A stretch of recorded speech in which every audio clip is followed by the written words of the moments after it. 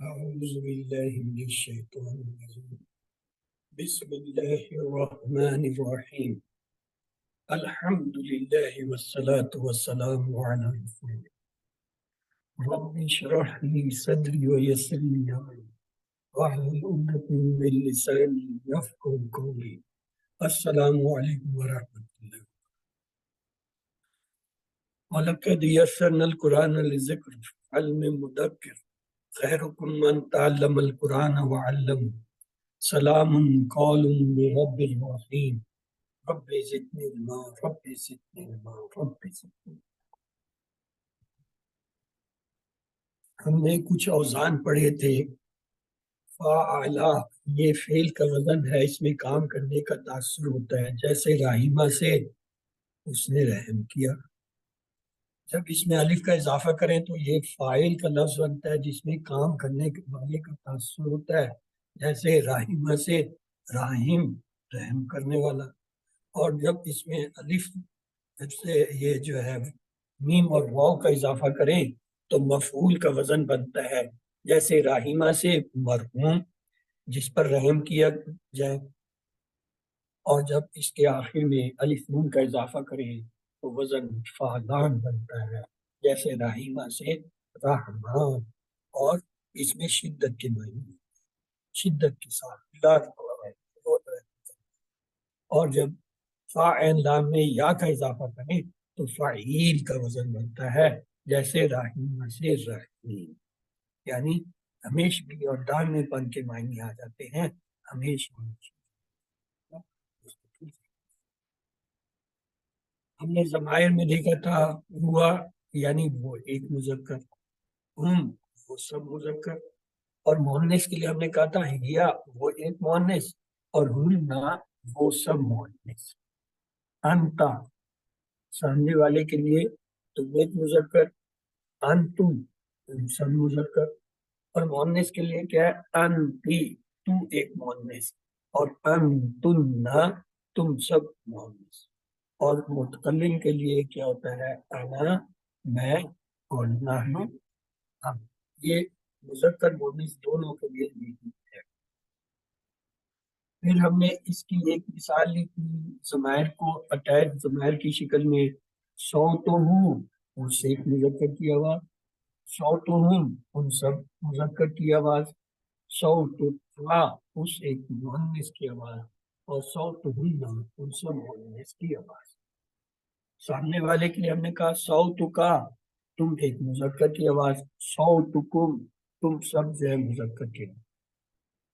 اور مؤنث کے لیے ہم نے کہا صوتکی تم ایک مؤنث کی آواز، صوتکن تم سب جو ہے مؤنث کی آواز. اور اپنے لیے صوتی میری آواز اور صوتنا ہماری آواز. کل ہم نے یہ آیت پڑھی تھی اعوذ باللہ من الشیطان الرجیم بسم اللہ الرحمن الرحیم. ان الذین یغضون اصواتهم عند رسول اللہ اولئک الذین امتحن اللہ قلوبهم للتقوى لهم مغفرۃ واجر عظیم.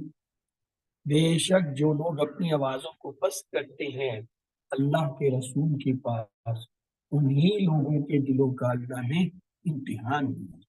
تقویٰ کے ان سب کے لیے مغفرت ہے اور مستقل جو ہے عظیم درجہ ہے. تو آئیے چلتے ہیں آج کے سبق کی طرف. بسم اللہ الرحمن الرحیم.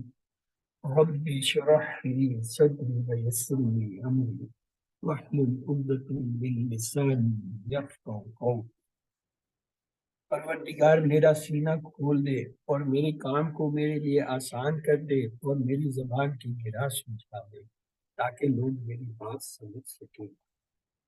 اس کا نام ہے میں قرآن کا ترجمہ خود کر سکتا یا کر سکتی ہوں.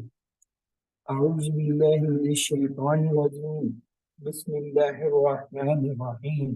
الحمد للہ رب العالمین سلام قول من رب الرحیم. اهدنا الصراط المستقیم رب زدنی علما رب زدنی علما رب زدنی. اللہم صلی علی محمد۔ آج سورۃ الحجرات کی آیت نمبر 4 ہے، آیت کو دیکھ لیتے ہیں۔ بسم اللہ الرحمن الرحیم۔ ان الذین ینادونک من وراء الحجرات اکثرهم لا یعقلون۔ ان، یہ 1.5% الفاظ میں سے ہے قرآن کے جو عربی میں ہے۔ اس کے معنی ہوتا ہے بے شک، تاکید، یقین۔ یہاں اس کے معنی لیں گے بے شک۔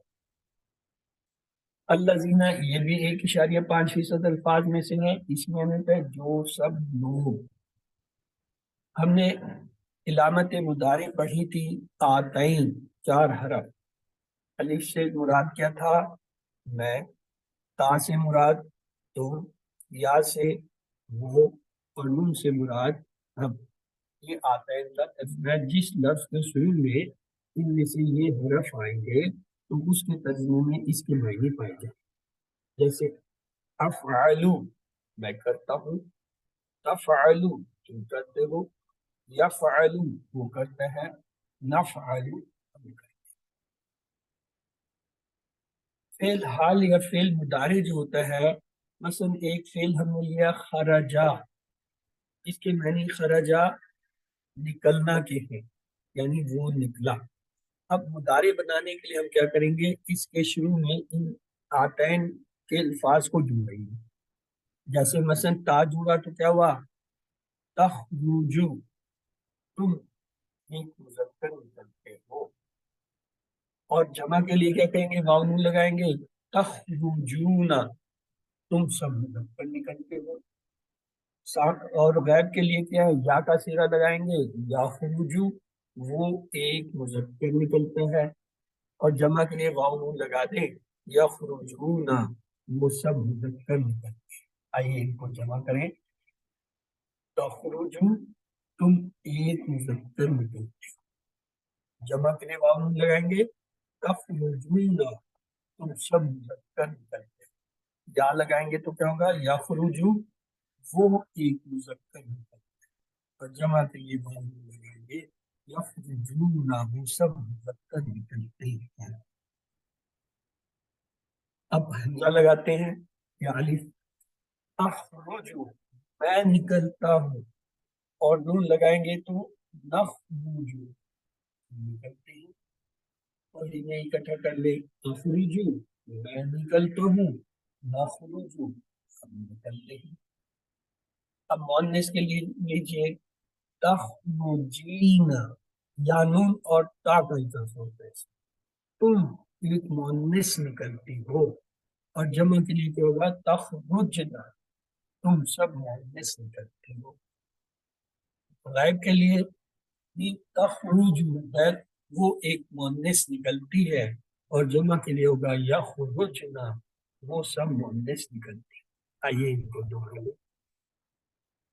تخرجینا، تم ایک مؤنث نکلتی ہو، تخرجنا، تم سب مؤنث نکلتی ہو۔ اور یہاں پہ تخرج، وہ ایک مؤنث نکلتی ہے، یخرجنا، وہ سب مؤنث نکلتی ہے۔ یہاں پہ ایک لفظ ہے ینادونکا، دیکھیے یا آیا علامت مضارع۔ ابھی ہم نے دیکھا تھا کہ آتین میں سے کوئی حرف کسی کے ساتھ، فعل کے ساتھ شروع میں آئے وہ مضارع یا فعل ہوتا ہے۔ اور کا جو ہے یہ تو ضمیر ہے، کا کما کم، تو لہذا یہ یا اور کا کو جب ہم ہٹا دیں تو ہمارے سامنے ایک لفظ آ جاتا ہے، کیا؟ ناد، ناد۔ اور پھر واو الف جمع ہے، یہ بھی علیحدہ ہو جائے گا، یعنی اس میں جو ٹکڑے ہوں گے، یا علامت مضارع ایک ٹکڑا ہے، کا جو ہے ضمیر ہے، اور واو نون جمع کی علامت ہے، تو اصل لفظ کیا ہے؟ نادو۔ تو آئیے اس لفظ نادو کو دیکھتے ہیں کیا۔ یا کے معنی میں وہ، کا کے معنی میں تم، واو نون جمع کے لیے آ گیا۔ اور نادا جو ہے اسے ہم دیکھیں گے کہ اس کے معنی کیا ہے؟ نادا۔ نادا جو ہے یہ فعل حال میں کیا ہوتا ہے؟ پکارنا، ندا دینا۔ یہ اردو کا لفظ ہے. نادا جو ہے اصل میں اردو کا ہے، صرف فرق یہ ہے کہ اردو میں اسے لکھتے ندا کے طور پر. اسی سے ایک لفظ ہے منادی. منادی میں یہ نادا اپنی اصل حالت میں، اور ویسے جو ہے ندا. تو منادی، ندا، یہ صدا دینا، آواز دینا، اعلان کرنا، یہ جو ہے کیا ہے اردو میں استعمال ہوتے ہیں. تو لہذا کیا ہوگا، اس کے معنی ہوتے ہیں ندا دینا کے بلانا، اعلان کرنا یا کرانا، زور سے پکارنا، اس کو ندا کہتے ہیں. تو نادرا جو ہے وہ فعل ماضی ہے، اس ایک مذکر نے پکارا. اور جب ہم یہ کہیں گے ینادونا کا، تو یہ کہ حال بن جائے گا، فعل حال میں ترجمہ ہوگا، اور کیا ہوگا جمع کے ساتھ. اور تاج ہے تمہیں، تو یہ کیا ہو گیا، تاج ہے ضمیر ہے، تم ایک مذکر. اور یہاں اس سے مراد رسول اللہ صلی اللہ علیہ وسلم ہے. صورت حجرات جو ہے آپ کے بارے میں تھی. تو لہذا آئیے دیکھتے ہیں. نادا ماضی، اس ایک مذکر نے پکارا. یوناد، یونادو مضارع بن گیا، کیوں؟ علامت مضارع ہے، تو یہ حال ہوا. تو یہ کیا ہوگا حال میں ترجمہ، وہ ایک مذکر پکارتا ہے. یونادونا حال اور جمع، تو کیا ہوگا، یہ اس کا ترجمہ آپ کیجیے. جی، یونادو وہ ایک مذکر پکارتا ہے، یونادونا وہ کیا سب ہوگا، پکارتے ہیں. وہ سب مذکر پکارتے ہیں، جمع کا تاثر آ جائے. تو لہٰذا یونادونا کا کیا ترجمہ ہوگا، وہ سب پکارتے ہیں پکارتے ہیں آپ آپ کو. وہ سب تم کو پکارتے ہیں یا آپ کو پکارتے ہیں، یعنی رسول اللہ صلی اللہ علیہ وسلم کو، یعنی وہ سب آپ صلی اللہ علیہ وسلم کو پکارتے ہیں. یونادونا کا یہ ترجمہ ہوگا. تو آئیے ہمارے پاس پہلا ٹکڑا جو ہے وہ تیار ہے. انا کے کیا معنی تھے، بے شک. الذین کے وہ لوگ زیادہ. وہ لوگ نہیں، جو سب لوگ. اور یونادونا کا ابھی ترجمہ کیا وہ کیا تھا، وہ سب پکارتے ہیں آپ کو. وہ سب آپ کو پکارتے ہیں. یہ تھا لفظی ترجمہ. رواں ترجمہ دیکھ لیجیے جی، کیا ہے رواں ترجمہ، بے شک جو لوگ آپ صلی اللہ علیہ وسلم کو پکارتے ہیں. ہاں، یعنی بے شک جو لوگ تم کو پکارتے ہیں، یعنی آپ صلی اللہ علیہ وسلم کو پکارتے ہیں. بے شک جو لوگ آپ صلی اللہ علیہ وسلم کو پکارتے ہیں، بلاتے ہیں. رواں ترجمے میں معنی میں سے بدل جاتے ہیں. جملے کو بہتر انداز میں کہنے، معنی کو بہتر واضح کرنے کے لیے الفاظ کو جو ہے مترجم بدل دیتے ہیں. من جو ہے یہ اردو کا لفظ ہے. کیسے، من جانب آزاد دعوت نامہ.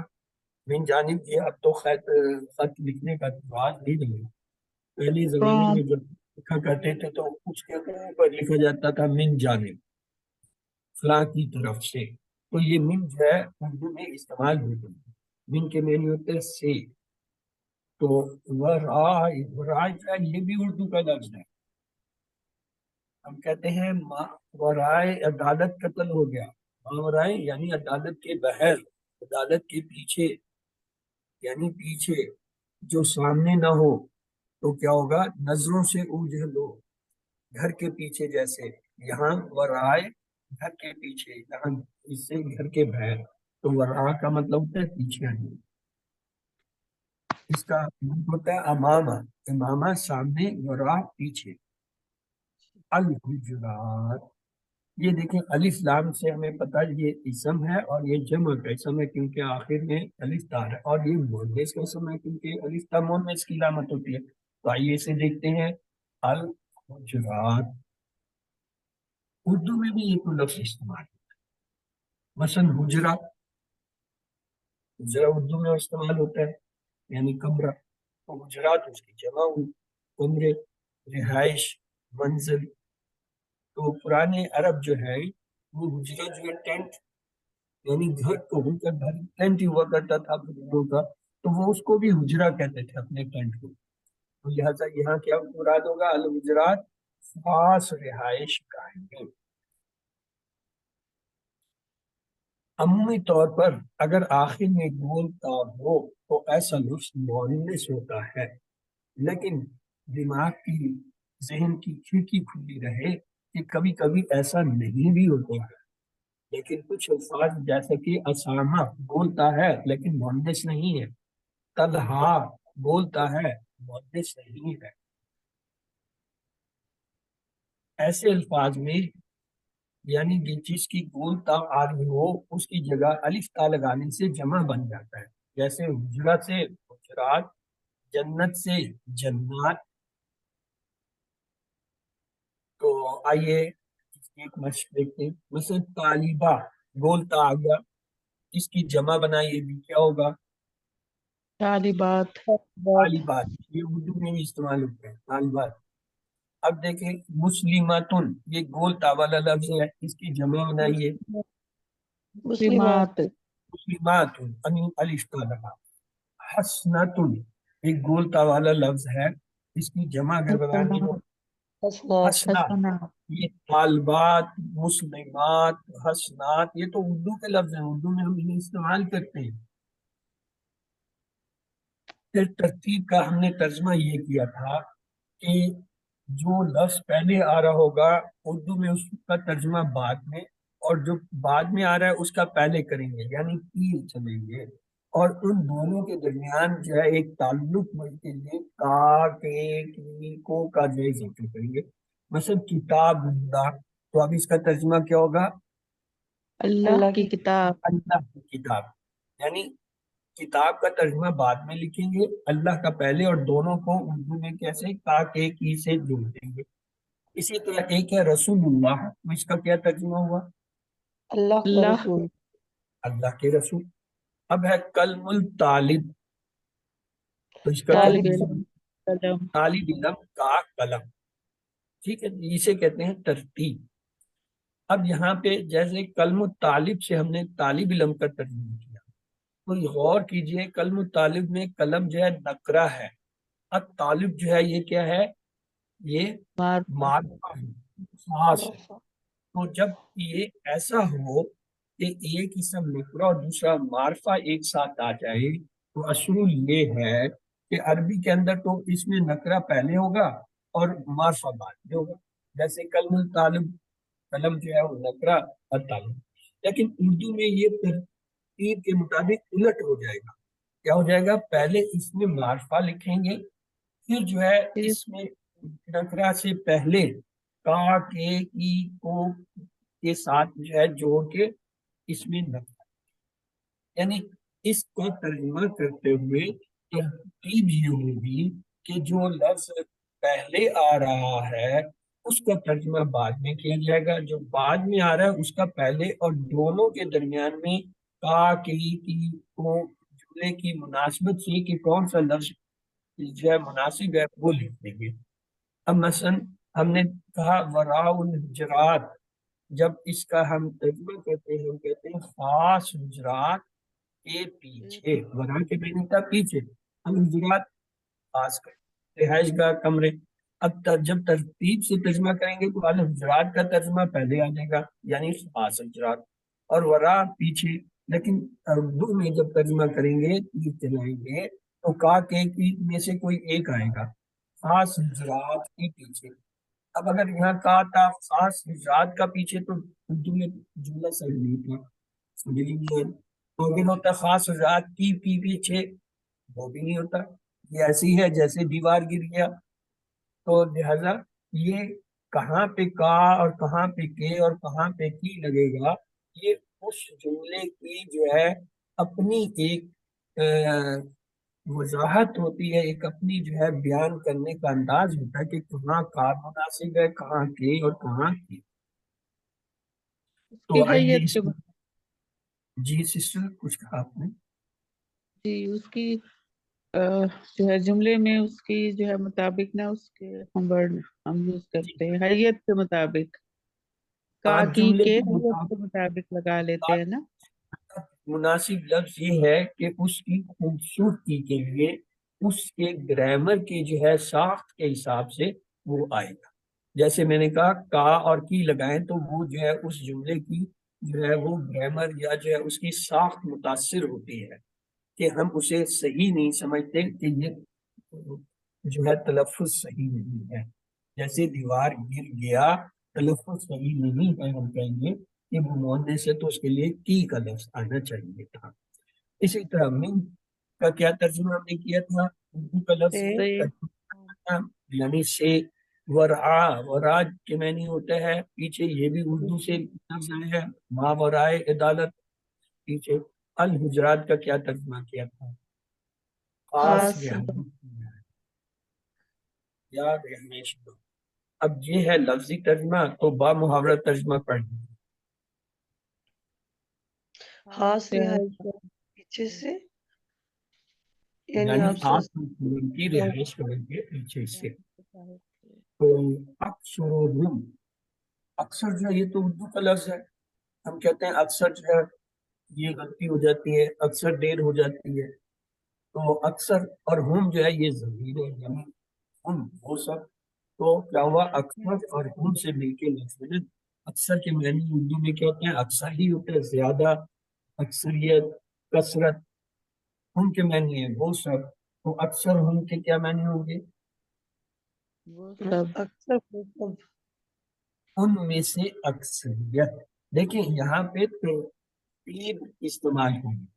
اکثر اور ہم دو حرف، دو لفظ. تو پہلے جو ہے ہم کا ترجمہ لائیں گے اور بعد میں اکثر کا، اور جوڑنے کے لیے کا کے میں سے کچھ لگے گا. تو کیا ہے ہم جو ہے ان میں، اور جو ہے اکثریت جو ہے اکثر. اب دیکھیں یہاں کا کے کی بجائے ہم سے لے کے آئے، یعنی یہ اردو زبان کی جو ہے وہ ڈیمانڈ ہے، اس کا جو ہے وہ مطالبہ ہے کہ اس کے لیے یہاں پہ کا کے کی بجائے سے کا لفظ جو ہے زیادہ مناسب. تو ایسا بھی ہوتا ہے اکثر کہ ترجمے کے اندر ترتیب کے لیے خلاف قاعدہ جو ہے حرف آ جاتا ہے یا لفظ آ جاتا ہے. یہ ممکن ہے کہ عربی سے ترجمہ کرتے ہوئے یا کسی اور زبان سے ترجمہ کرتے ہوئے خلاف قاعدہ جو ہے وہ حرف یا لفظ استعمال کر لیا جائے. تو اس لیے ہم یہ کہتے ہیں کا کے کی کو سے وغیرہ، یہ سارے جو ہے ایک جیسے ہی لفظ ہیں جو تعلق کو ظاہر کرنے کے لیے کرتے ہیں. لا جو ہے یہ اردو کا لفظ ہے، ہم نے کتنی دفعہ پڑھا. لا کے معنی نہ، نہیں، منع کرنا. یا کلون، اب ہم نے چونکہ علامت مداری سیکھ لی ہے، جمع کی علامتیں ہمیں پتہ ہے، واو نون یا نون ہے. تو یہاں ہمیں دو علامتیں ملی، ایک مدارے کی یا، دوسری جمع کی واو. ان دونوں علامتوں کو جب ہم علیحدہ کر دیں تو جو لفظ سامنے آ جاتا ہے عین کاف لام، تین حرفی ہے. یہ تو اردو کا لفظ ہے عقل، عقل کرنا. تو وہ یا وہ جمع واؤ اور عقل جو ہے عقل اردو کا لفظ ہے. تو یہاں پہ جو ہے یہ یا جو ہے اس کے معنی ہے وہ، یہ فعل حال کی علامت ہے جو غائب کے لیے ہوتا ہے. عقل کے معنی ہوتا ہے سمجھ بوجھ. تو لہذا ایک یا کے لونا، وہ سب عقل رکھتے ہیں، وہ سب عقل رکھتے ہیں. آئیے مشق کرتے ہیں.